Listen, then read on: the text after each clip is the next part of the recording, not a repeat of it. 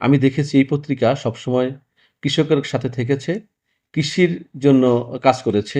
সাপ্তাহিক আমোদ কুমিল্লার একটা ঐতিহ্যবাহী পত্রিকা। বাংলাদেশের প্রাচীনতম পত্রিকাগুলোর মধ্যে অন্যতম। এই পত্রিকা আগামী ২রা মে ৭০ বছরে পদার্পণ করছে। আমরা আ এই পত্রিকার জন্য শুভকামনা রাখছি এবং আমি উপপরিচালক কৃষি সম্প্রসারণ অধিদপ্তর হিসেবে আমি দেখেছি এই পত্রিকা সবসময় কৃষকের সাথে থেকেছে, কৃষির জন্য কাজ করেছে এবং আমাদের কৃষকদেরকে উৎসাহিত করার ক্ষেত্রে যা করণীয় ওনারা সর্বাত্মক প্রচেষ্টা চালিয়েছে। সকলের জন্য আমার শুভকামনা এবং আমার প্রত্যাশা এই পত্রিকা হাজার বছর মানুষের মাঝে বেঁচে থাকবে এবং এই কুমিল্লা অঞ্চল, কুমিল্লা, ব্রাহ্মণবাড়িয়া, চাঁদপুর আ এই পত্রিকার সার্কুলেশন আছে। এই ৩ জেলার অ্যা মধ্যে এই পত্রিকা মানুষের কাছে অনেক বেশি জনপ্রিয় হবে এবং মানুষের কথা বলবে, মানুষের বিবেক হয়ে বেঁচে থাকবে। এই প্রত্যাশা রাখছি।